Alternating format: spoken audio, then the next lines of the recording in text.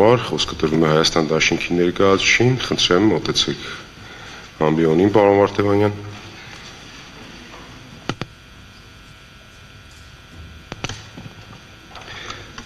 Շնորհակալություն բարձր դատարան։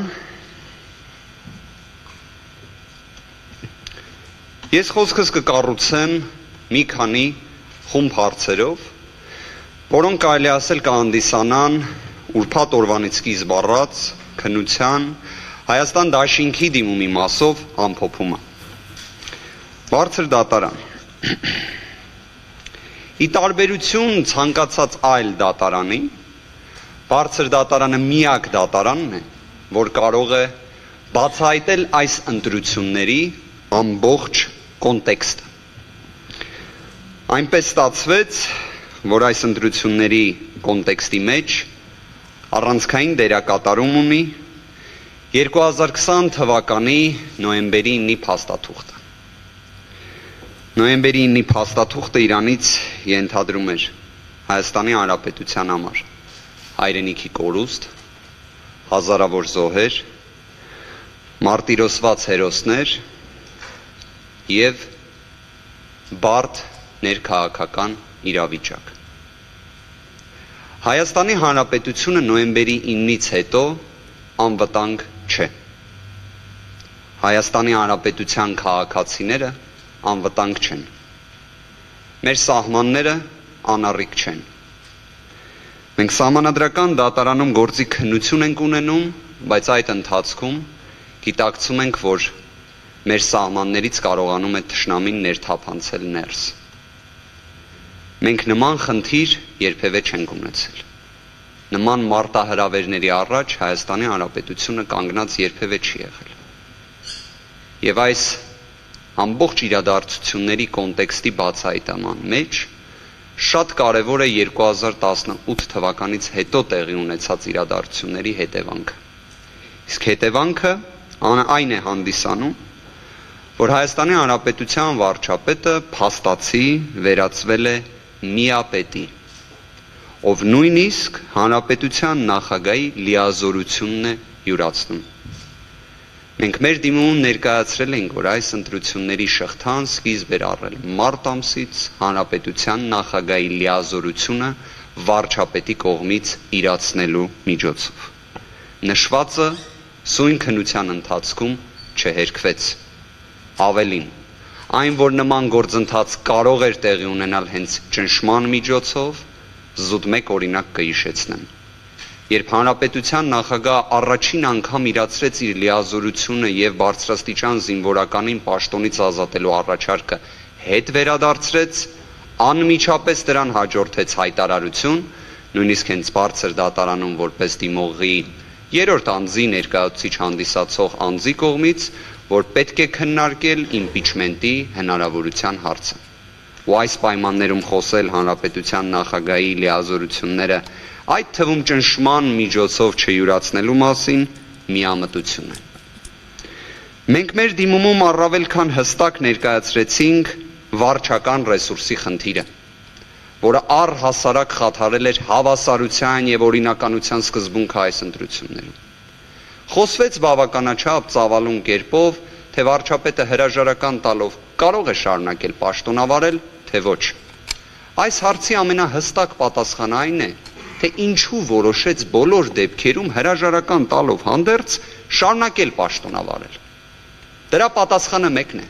դա հենց վարչական ռեսուրսի չարաշահումն է, դա հենց մրցակցային առավելություն արհեստական ձևով ստանալն է։ Բարձր դատարանում քննարկվեց առհասարակ բարձրագույն պաշտոն զբաղեցնողի անընդհատության իրավական պրակտիկան, որը մենք ունեցել ենք։ Անընդհատության պրակտիկան, ի դեպ, մեկ անգամ հստակ ընդհատվել էր։ Դա 98 թվականն էր, երբ Հայաստանի Հանրապետության առաջին նախագահ Լևոն Տեր-Պետրոսյանը հայտարարեց հրաժարական տալու մասին, և դա նշանակում էր հրաժարական, ինչպես և ցանկացած այլ ողջամիտ երկրում։ Եթե անձը հրաժարական է տալիս, դա նշանակում է հրաժարական։ Բայց ինչի եղավ այլ կերպ այս դեպքում,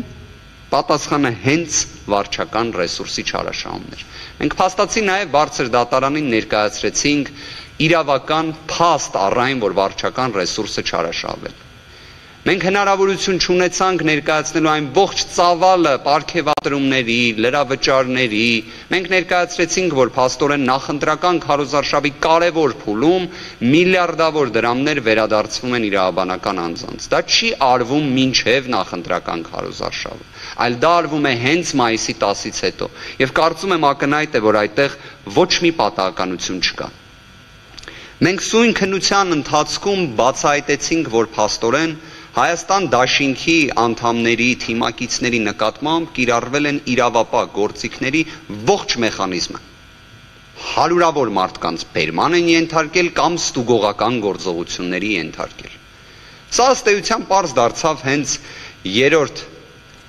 հարակից պատասխանող հանդիսացող դատախազության կողմից ներկայացված հաշվետվությունից։ Մենք ստուգողական գործողությունների վերաբերյալ մանրակրկիտ տվյալները չունեցանք, բայց պատկերը առավել քան հստակ ընկալեցինք։ Բայց ինչն էր նաև շատ կարևոր, որ պատկերացրեք բարձր դատարան կան քրեական գործեր հարուցված, այդ քրեական գործերով կան տուժողները եւ քրեական գործի հարուցման հիմքը հանդիսանում է քաղաքացիական պայմանագիր կուսակցության հետ ուղղակի առնչություն ունեցող անձանց գործողությունները, բայց մեղադրյալ չկա։ Կարծում եմ այս սա նաև խոսում է նրա մասին, որ մեր իրավապահ համակարգը չունեցավ այն անկախությունը, որը պետք է ունենար, բայց կունենար, եթե վարչապետի պաշտոնակատարը լիներ անձ, որը կհամապատասխաներ սահմանադրության պահանջներին, այլ ոչ թե անձ, որը տալիս է հրաժարական, բայց սահմանադրությունը խախտելով շարունակում է պաշտոնավարել։ Սույն գործի քննության ընթացքում ամենահետաքրքիր դեպքերից մեկը հնչեցվեց եւ դրան դատախազի կողմից տրվեց պատասխան։ Խոսքը Օձունի քաղաքապետի նկատմամբ դեպքն էր, որը ի դեպ շատ խորհրդանշական է։ Ընտրությունները ավարտվել են, դեռ ԿՀ-ի կողմից ամփոփումներ են կատարվում եւ այլն, քաղաքացիական պայմանագիր կուսակցության անդամ Մարսպետը կանչում է իր մոտ համայնքի ղեկավարին, պնդում է, որ պետք է հրաժարական տա, վերջինս չի բավարարում այդ պնդումը եւ վերջինիս նկատմամբ բռնություն են կիրառում։ Իդեպ երբ հարց հնչեց, բա ինչի մեղադրյալ չկա, դատախազի կողմից նշվեց, որ բառացի ասեմ, որ նշված հարցը քննիչի բացառիկ իրավասությունն է։ Քրեական դատավարության օրենսգիրքը այլ կերպ է ասում։ Դա նաև դատախազի լիազորություն։ Այո, դատախազն է կարող է որպես մեղադրյալ ներգրավելու մասին որոշում կայացնել։ Բայց ինչու է այդպես իրավիճակը ներկայացվում, ես կարծում եմ, որտեղ մենք ունենք օրինականության եւ հավասարության ընտրական գործընթացի սկզբունքի տեսանկյունից տոտալ խաթարում։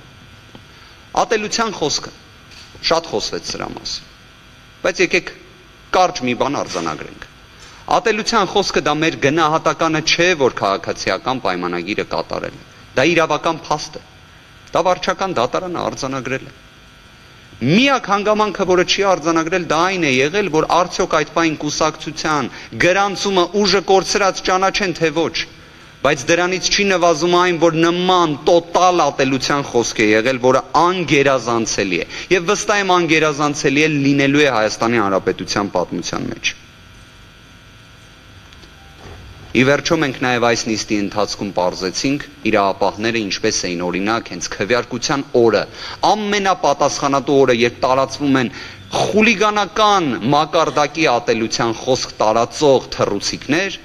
մեր ոստիկանությունը տեղյակ էր միայն Իսահակյան փողոցում 10-20 հատ թռուցիկի մասին, երբ բոլորը գիտեին, որ այն համատարած էր ամբողջ Երևան։ Երբ խոսք գնաց ատելության խոսքի ազդեցության մասին, թե ինչպես մարդիկ կարող էին այն ընկալել, ես պնդում ներկայացրեցի բարձր դատարանին, որ Հայաստանի Հանրապետության քաղաքացիների իրավագիտակցության մակարդակը ցածր, միջին, խորապատկերում է։ Նշվածը կարող է եւ դրական չհնչի, եւ ես ցավ եի ապրում այդ խոսքերի համար։ Այս բոլոր դեպքերում զուտ ուզում եմ, որ բարձր դատարանը հաշվի առնի։ Ըստ համաշխարհային բանկի հետազոտության Հայաստանի Հանրապետությունում կրթական աղքատության մակարդակը 35% է։ Սա տարածաշրջանում ամենաբարձր ցուցանիշներից մեկն է։ Բարձր դատարանի դատավորներից մեկը հետաքրքրվեց, թե որտեղ են այն 300,000 ընտրողները, որոնք մասնակցել էին 2017-ի ընտրություններին։ Ես թույլ տվեք մեկ վարկած առաջ քաշեմ։ Իսկ հնարավոր է այդ 300,000 ընտրողները, երբ լսում են, որ ասֆալտին են փռելու, որ մատներ են կտրելու, որ ձեռքեր են կտրելու, որ պատժելու են, որ արյան վրեժ են անելու, ուղղակի վախենում են։ Ուղղակի վախենում են։ Ինչի դա բնական արձագանք չէ։ Մարդուն բնորոշ չէ վախի զգացումը։ 2018 թվականի արտահերթ խորհրդարանական ընտրություններից առաջ արդեն իսկ այս ռետորաբանությունը կար։ Այն սկիզբ է առել 2018-ին, կատարելագործվել է 2021 թվականի հունիս ամսից։ Եվ սա ինչ ազդեցություն պետք է ունենար, ծայրահեղ մեծ, որովհետև կամ ընտրողների կամքն էր առհասարակ խաթարվում, կամ ընտրողները ուղղակի չէին ուզում մասնակիցը լինել։ Կարող էին նաև ուղղակի վախենալ։ Իսկ թիվը որոշել, կներեք, հնարավոր չէ։ Դա անորոշ զանգվածի մասին է խոսքը։ Մենք խոսեցինք ընտրախախտումների մասին։ Այո, պարզվեց, որ իսկապես եղել են կրկնվող էջեր, եղել են բացակայող ստորագրություններ։ Չկարողացանք պարզել զինծ ծառայողների իրական թիվը։ Հաստատեցինք, որովհետև նշված է արդեն Սահմանադրական դատարանի մասին օրենքի 77-րդ հոդվածի 14-րդ մասի ուժով արդեն իսկ Սահմանադրական դատարանը սպառեց բոլոր հնարավոր միջոցները պարզելու արդյոք այդ չաշխատող անձնագրերը 109,000 անձանց վերաբերում են մարդկանց, որոնք գտնվում են Հայաստանի Հանրապետությունում, թե Հայաստանի Հանրապետությունից դուրս։ Նշվածը ևս պետք է արձանագրել, որ այն չհաղթահարվեց կասկածը, որը կար դրա վերաբերյալ։ Իսկ մեր պնդումը հակափաստարկ չստացավ։ Իսկապես ես շատ կուզենայի, որ այս հարցում սխալված լինի։ Այո, ընտրական գործընթացները միշտ էլ ունեցել են դրական դինամիկա, բայց այս հարցը արկախված էլ մնալու է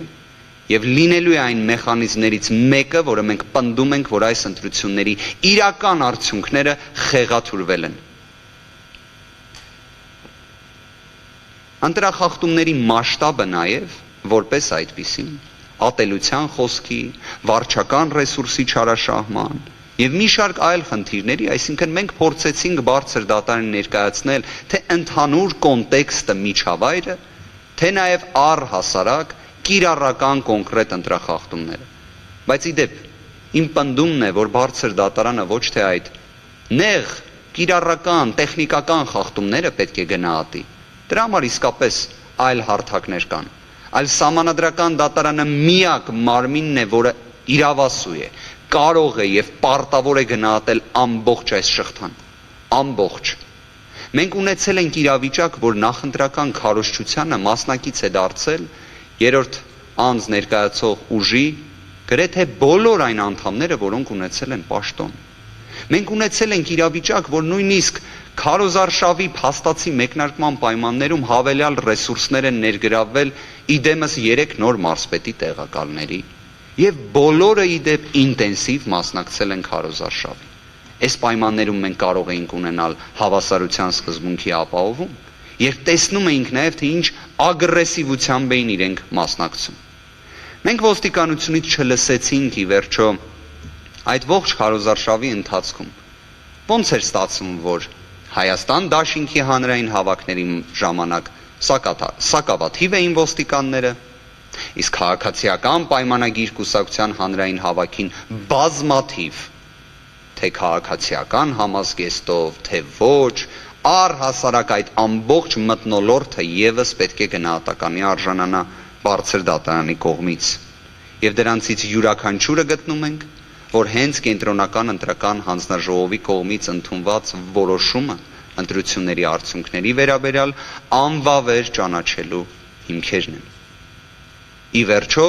պատահական չէ, որ Սահմանադրական դատարանի մասին Սահմանադրական օրենքը հենց հղում է տալիս, որ բարձր դատարանը գնահատում է ընտրական սկզբունքների լույսի ներքո այս վեճը։ 7-րդ հոդված։ Սկզբունքները հենց պատահական չէ, որ նախատեսված են, քանի որ հենց սկզբունքների վրա հենվելով բարձր դատարանը միանշանակ կարող է արձանագրել, որ այս ընտրությունները չեն, որ Հայաստանի Հանրապետության ժողովրդի կամքի իրական արտահայտման ձևն են։ Այսպիսի ընտրություններով չէ, որ այն լուծվում է։ Այսպիսի ընտրություններով չէ, որ քաղաքացիական պայմանագիրը նման ագրեսիվ քարոզարշավ է իրականացնում օրինականության սկզբունքը տոտալ ոտնահարելով, բայց այդ կուսակցությունից մեկ անձ մեղադրյալ չկա։ Բայց իդեպ, քրեաիրավական կոնտեքստը չէ կարևորը։ Եվ պատահական չէ, որ մենք մեր դիմումում բացառապես օգտագործում էինք ընտրախախտումներ եզրույթը։ Մենք չէինք օգտագործում հանցագործություններ եզրույթը։ Իդեպ, դա նաև հենց սահմանադրական դատարանի համար պահանջվող շեմն է։ Բարձր դատարան։ Վերջին 3 տարիների ընթացքում մենք տեսել ենք այն իրավական և իրական հետևանքները, երբ մեկ ուժ ունենում է ազգային ժողովում մանդատների 3/5-ից ավելին կամ առնվազն 3/5-ը։ Դրա հետևանքները բոլորս գիտենք։ Այսպիսի հետևանքներ ես վստահաբար եմ ասում Հայաստանի պատմության մեջ այլևս երբեք չեն լինելու։ Եվ կարող եմ ասել, որ այդ իմ պնդման երաշխավորներից մեկը հենց պետք է և կարող է լինել բացառապես սահմանադրական դատարանը։ Միապետությունը, միակուսակցական կառավարումը, բարձր դատարան, չի թակում Հայաստանի պետականության դռները, այլ այն իրականություն է։ Վերջին 3 տարիները Հայաստանի Հանրապետությունում մեկ ուժի կամքի, պարտադրանքի, թելադրանքի, ռեսուրսի և որոշումների կայացման տարիներն են եղել։ Բացառապես մեկ ուժի։ Հայաստանի Հանրապետության սահմանադրությունը միապետություն ստեղծելու մասին չէ։ Այն երբեք չի եղել դրա մասին։ Մեր անկախության հռչակագիրը չի եղել միապետության և մեկ ուժի կողմից Հայաստանի Հանրապետության բոլոր որոշումների ընդունման մասին։ Սահմանադրության 4-րդ հոդվածը, զսպումների և հակակշիռների վերաբերյալ երաշխիքները, ժողովրդավարության սկզբունքը, թե վերջին 3 տարիների ընթացքում, թե հիմա բարձր դատարան, ոչ թե վտանգված են, այլ փաստացի տապալված են։ Եվ բարձր դատարանը կարող է այս իրավիճակը վերականգնել։ Կարող է ապահովել այն, ինչ հենց սահմանադիրը միշտ ակնկալել է սահմանադրական դատարանից, սահմանադրության գերակայության ապահովումը։ Մենք այս ժամանակահատվածում էլ ծայրահեղ վտանգավոր մարտահրավերների առաջ ենք կանգնած։ Ես վստահ եմ, որ բարձր դատարանի հարգարժան դատավորները ոչ միայն զուտ բարձր դատարանի դատավորներ են, այլ նաև Հայաստանի Հանրապետության քաղաքացիներ, ովքեր ևս տեսնում են իրական պատկերը, իրական մարտահրավերները և այն ծայրահեղ վտանգավոր իրավիճակը, որում գտնվում է Հայաստանի Հանրապետությունը։ Սահմանադրական դատարանը իզորու է, թե սահմանադրությամբ, թե իր վճռականությամբ, թե իր կամքով կանխելու հնարավոր նոր աղետները, կանխելու հնարավոր նոր զիջումները, նոր անհասկանալի փաստաթղթերը, նոր անհասկանալի գործողությունները։ Իսկապես այս գործը պարզապես ընտրությունների արդյունքների վերաբերյալ վեճ չէ։ Պատահական չէ, որ գործի քննության ընթացքում հենց բարձր դատարանի կողմից է նշվեց։ Այս վեճերը զուտ ընտրական իրավունքի մասին չեն։ Այն իր մեջ պարունակում է նաև քաղաքական բաղադրիչ։ Բայց ի տարբերություն նախորդ բոլոր այլ ժամանակահատվածների, այս անգամ քաղաքական բաղադրիչը նաև պետական անվտանգության բաղադրիչի հետ է ուղղակիորեն փոխկապակցված։ Բարձր դատարան, այս ընտրությունների արդյունքները չեն արտահայտում Հայաստանի Հանրապետության ժողովրդի իրական կամքը։ Պատկերը, որը մենք տեսնում ենք կենտրոնական ընտրական հանձնաժողովի որոշմամբ, խեղաթյուրված է։ Եվ մեր խնդրանքն է բարձր դատարանին, բոլոր այն հիմքերը, որոնք մենք ներկայացրեցինք, որոնցից և ոչ մեկի վերաբերյալ մենք փաստացի ուղղակի բացառում չտեսանք։ Այս դատական քննության ընթացքում շատ խոսվեց մեր դիմումում վկայակոչած Ջեմա Մարտիրոսյանի մասին։ Հայաստանի Հանրապետության քաղաքացի, ով չպետք է լիներ ընտրական ցուցակում։ Չպետք է լիներ։ Պարզվեց, որ կա ցուցակում իր փոխարեն ստորագրվել է։ Նախկինում, երբ նման դեպք էինք տեսնում, միշտ նկատում էինք նաև մի ինչ-որ նշան էր դրվում, որ այդ անձը շփոթմամբ մեկ ուրիշն է ստորագրել, նշանով տեղափոխումներ էին անում։ Այս անգամ դա էլ չի եղել։ Եվ հարց, Ջեմա Մարտիրոսյանի դեպքում այդ իրավիճակը փորձում էին մեր դատախազները հիմնավորել, որ տեխնիկական շփոթմունք է։ Քանի հազարավոր կարող են լինել նման իրավիճակները։ Այս հանգամանքը չբացառվեց, այլ հաստատվեց։ Բարձր դատարան, սույնով ավարտելով եզրափակիչ խոսքս, իսկապես ուզում եմ արձանագրել, որ այս ընտրությունների վերաբերյալ մեր կողմից ներկայացված դիմումը հիմնավոր է և բավարար սահմանադրական դատարանի կողմից 77-րդ հոդվածով նախատեսված գործիքակազմը իրացնելու համար։ Կենտրոնական ընտրական հանձնաժողովի այս որոշումը անվավեր է բարձր դատարան։ Դրանից բխող հետևանքները կորոշի բարձր դատարանը։ Շնորհակալություն։ Շնորհակալություն։ Եզրափակիչ խոսքի համար ընտրում ենք ամբիոնին մոտենել Զարթոնք ազգային քրիստոնեական կուսակցության ներկայացուցիչ